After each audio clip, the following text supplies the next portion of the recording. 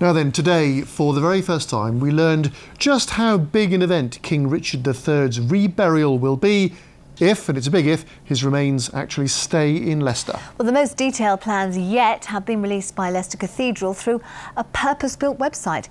It gives us a glimpse of what will happen if next month's judicial review finds in Leicester's favour. Victoria Hicks reports. Leicester will have to wait until next month to find out if it has won the battle to keep King Richard III's remains here in the city.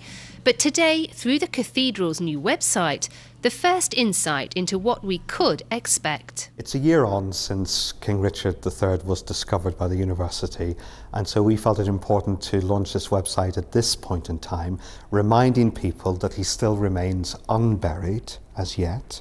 And also we wanted to say to people why we think it's so important that he's reburied here. It's where England's history was made, and we need to be faithful to England's history in reburying him here. Now, if the judicial review decides that King Richard can be reburied here, it could be by this autumn, as soon as work in the cathedral gardens outside has finished.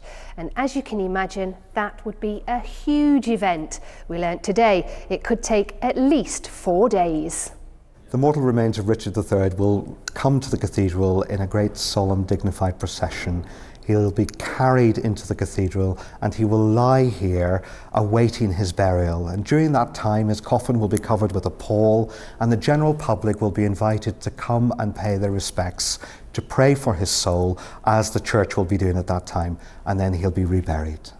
Now, an interesting historical fact is that part of this roof is made up of oak beams taken from the Greyfriars Church where King Richard was buried. And if he is reinterred here, they would arch over him again in a specially designed vault, sealed with a stone top, returned, as the Dean says, back into the soil of the city. Victoria Hicks, BBC East Midlands Today, Leicester.